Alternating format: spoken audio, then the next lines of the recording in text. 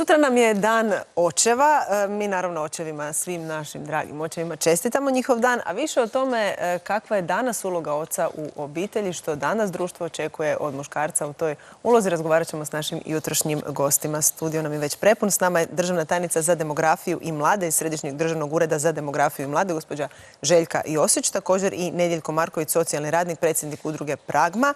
I također s nama je Dijana Kobas-Dešković, utemeljica Mom Force standarda. Dobro jutro svima i dobro nam došli. I mamama i tatama. Dobro jutro. Pa evo od vas, gospodine Josiću, kao socijalnog radnika, gospodine Markoviću, kao socijalnog radnika i iz ove udruge Pragma, koju često pratimo i koja se uvijek aktivno uključuje u te izazove roditeljstva, koja bi bila uloga oca, očeva danas? Je li se nešto promijenilo? Da, malo smo razgovarali. Dakle, od oca se očekuje danas uz to da radi, da skrbi o financijskoj sferi, jednako kao i majka, što se prije nije toliko potenciralo. Danas se od oca očekuje da razvije i tu emocionalnu vezu sa svojim djetetom. Dakle, da bude prisutan u životu obitelji od samog rođenja. Dakle, da u jednom trenutku otac preuzima i one poslove koji su tradicionalno bili vezani uz žene, prije svega kućanske poslove. Danas preferiramo i vidimo da je dobro za cijelu obitelj, da i muškarci i žene dijele te poslove zajednički, da na neki način zajednički skrbe o djetetu i da oboje iskazuju i emocionalnu, a i drugu privrženost tom djetetu. S obzirom na to da danas i majke rade u značajno većem postotku no što je to bio raniji slučaj, ovo je nekako i logičan slijed događaja. No što je to što očeve danas spriječava ili im otežava njihov put da daju maksimum u tome? Pa mi smo ipak jedno tradicionalno društvo, ne samo mi, nego veći dio društava u svijetu. I postoji jedna velika društvena stigma o tome šta su očekivanja od takozvane muške, a što su očekivanja od ženske rodne uloge. I onda se očekuje da će biti majka ta koja će biti sa djetetom. To se prepoznaje na takav način da su onda majke na rodiljnom dopustu i roditeljskom dopustu, koji se zapravo kolokvijalno i dalje zove porodiljni i za jedno i za drugo. Mene je bilo smiješno pročitati neki dan u naslovu. Kaže, sad će i tate moći ići na porodiljni. Ne, neće tate moći ići na porodiljni. To baš Davor jutros rekao u najavi. Tate će ići na očinski dopust. Tako da, to je, mislim da imamo puno prostora u tom isto semantičkom dijelu za napraviti u tome da to promijenimo, da nazovemo stvari pravim imenima. Da, ja se uvijek sjetim našeg urednika, dugogodišnjeg, superpopularnog Branka Uvodića, koji je iskoristio to svoje pravo još u ono vrijeme, kad su mu djevojčice bile male, da ide na ono što vi danas zovete rodiljni dopust. Ali to je zapravo stvar, kako bismo rekli, države. Što država može tu učiniti? Je li samo stvar u promjeni naziva iz porodiljnog, jer Branko je išao doslovno na porodiljni dopust, jer tada rodiljnog dopusta nije bilo? Pa da, mi stalno brkamo nekoliko bitnih stvari. Potpore se zovu svojim imenom već jako dugo. Imamo prvih 6 mjeseci je rodiljni dopust, drugih 6 mjeseci je roditeljski dopust. I naši očevi ne idu niti na roditeljski, niti na rodiljni, nego obično vam se kaže da idu na porodiljni. Naravno da tome nije tako, jer mi smo to vrlo jasno propisali. Ali uvijek koristite ono što je vama jednostavnije. Ali evo, ako govorimo o zakonskom okviru, naši očevi i danas imaju mogućnost koristiti dio rodiljnog dopusta, koje najčešće koriste naše majke, to je prvih 6 mjeseci, koji je u visini pune plaće, a drugih 6 mjeseci roditeljski dopust je sada do maksimalnog iznosa od 5.600 kuna koji ćemo u novom zakonskom okviru podignuti. Ono što smo recimo primijetili da 2017. kada je nastupilo prvo povećanje roditeljskog dijela potpore, da je i veći broj očeva odlučio koristiti taj dio.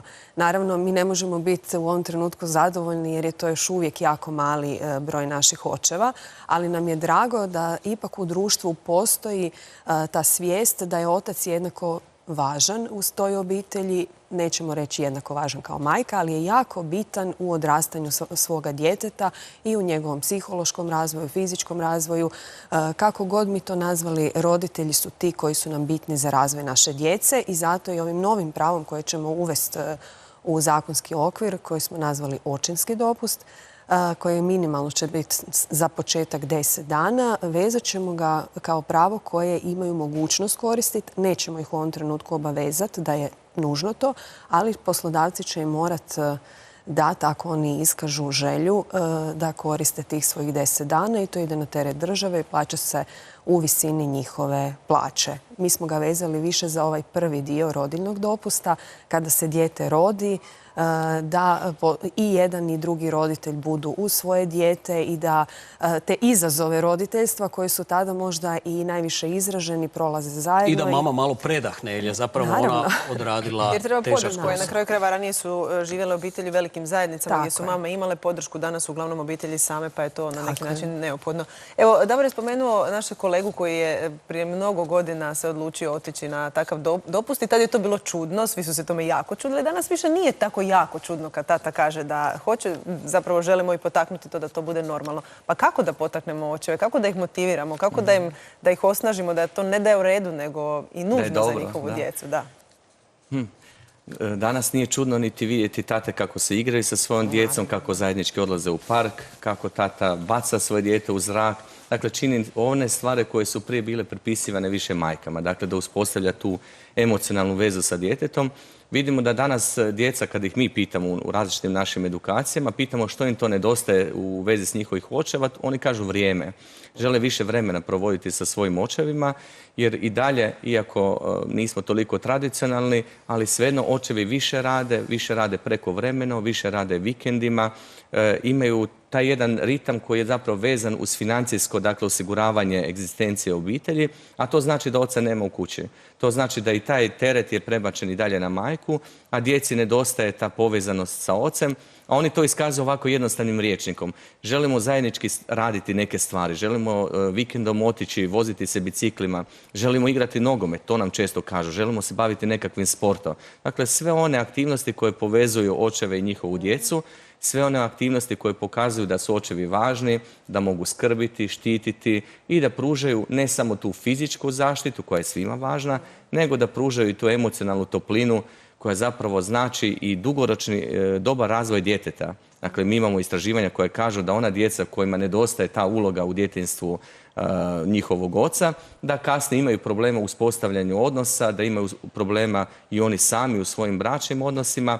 I mi na neki način želimo prevenirati sve te stvari, poručiti svim očevima, neka se ne srame, neka iskažu tu emocionalnu toplinu, neka se igraju i zapravo ne trebaju se više skrivati iza nekakve čvrstoće, nekakve muškarčine, nego da mogu biti normalni, zdravi, topli i podržavajući za svoju djecu. Jeste možda uspoređivali trendove u Europskoj uniji i kakva je tamo situacija u odnosu na nas? Pa sad vrlo je različito u različitim zemljama, tako da mi zapravo dolazimo iz zemlje u kojima mi imamo puno bolje prakse nego u većini čak i zapadnih zemalja, jer smo izrasli iz socijalno-ekonomskog sustava koji je na drugačiji način njegovao konkretno odsustvo zbog djece. Što se tiče trenutnog stanja, najbolje stanja imaju u skandinavskim zemljama i tu je Švedska je tu zlatni primjer. Ali oni su se počeli s tim aktivno baviti 74. Znači, 74. je uveden obavezan očinski dopust, pa onda roditeljski koji se dijeli kao i kod nas. Već dugo se dijeli, taj roditeljski je prvo 4+4. Ako tata koristi, onda imamo mogućnost da budu oba roditelja zajedno 8 mjeseci sa svojim djetetom, pa tu sad dolazimo do toga da se ta 2 mjeseca vrlo često ne iskoriste.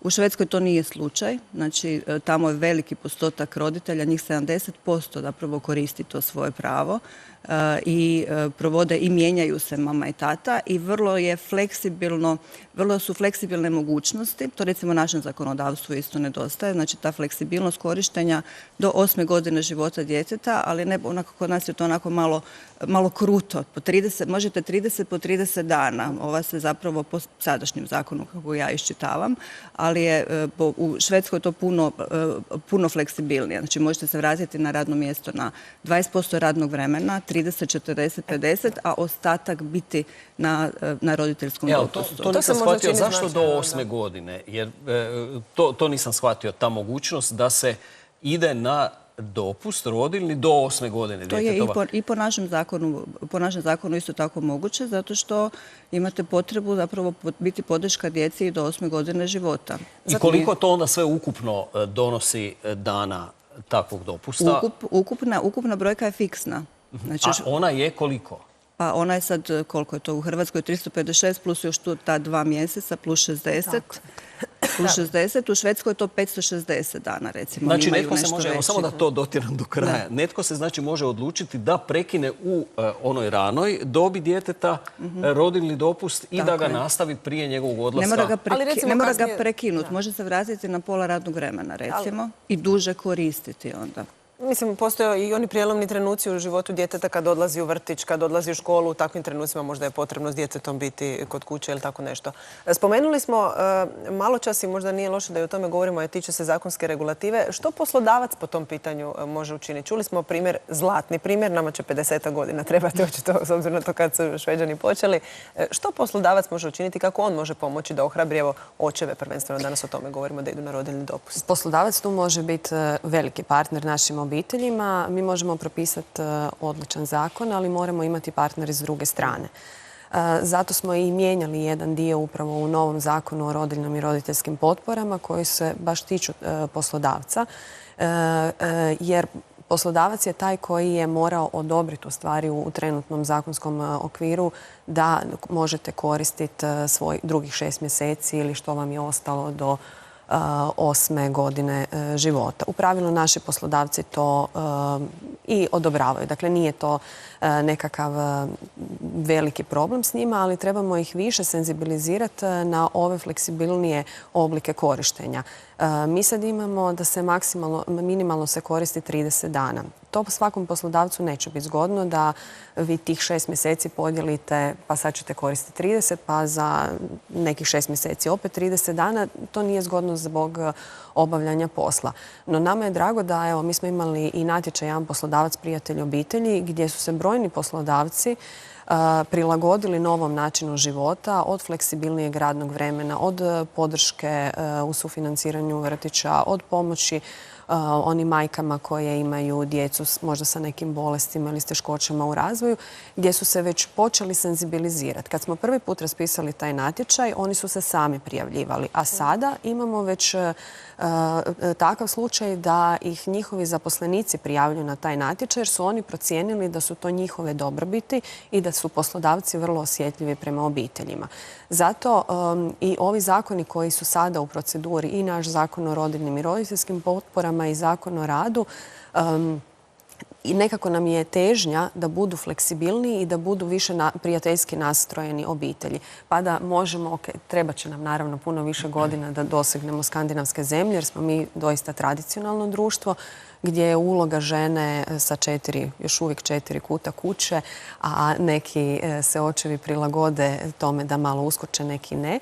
Ali kroz te fleksibilnije oblike i rada i korištenja određenih pogodnosti, odnosno potpora na koje imaju pravo, vjerujemo da ćemo i u nekom budućem razdoblju upravo omogućiti taj balans između obiteljskog i poslovnog života i da ćemo naravno očeve više uključivati. Jer to nije tjeranje očeva da budu u tome više nego njihova mogućnost koju su možda propustili u nekom periodu svog života. Pa moguće da to je ključna poruka. Nitko ne želi natjerati očeve nego motivirati da društvo općenito shvati važnost. I možda još samo da se vi pridružite sutrašnjem danu s vašom porukom za kraj. Poruka je svim očevima, naravno, neka budu više sa djecom. Neka probaju iskoristiti i ono vrijeme kada su slobodni, da ga ne iskorištavaju za neke druge možda aktivnosti, gledanje televizije, mobitela i sl. Neka ga doista posvete djetetu, zajedničkim aktivnostima koje mogu biti, kažem, jako kreativne, mogu biti jednostavne. Djeca samo žele osjetiti da je njihov otac uz njih, da ih čuva, voli, poštuje i to je nekakva poruka koja vrijedi sada i vjerojatno će vrijediti za sljedećih 100-tinjak godina, a mi pozivamo sve roditelje. Sutra imamo jedan webinar samo za njih. U utorak imamo jednu edukaciju upravo uz potporu Središnjeg državnog ureda gdje smo već okupili oko 1000 roditelja. Nadamo se da ćemo ovaj utorak u 18 sati također imati barem 1000 roditelja koji će biti s nama i educirati se kako poticati tu znatiželju kod djece, a gdje očevi mogu biti jako važni. I vaša poruka? Pa ja bih poručila očevima da se zapravo aktivno izbore za svoju ulogu, jer ponekad imaju i malo malo problema doma zapravo. Majke su se nekako uzele za pravo da su one majke i da one imaju pravo biti na roditeljskom dopustu sa svojom djecom, tako da, a oni trebaju zapravo se i doma tražiti svoje pravo i poslodavcu ići tražiti svoj očinski dopust i svoj roditeljski dopust, a ne porodiljni. Da, i to je jedna tema o kojoj bi se moglo govoriti. No, hvala vam svima na dolasku u našu emisiju. Vjerujemo da će i samo razgovor o ovome već, a i donose se već neke promjene koje se evidentno vide. Hvala vam. Hvala lijepa.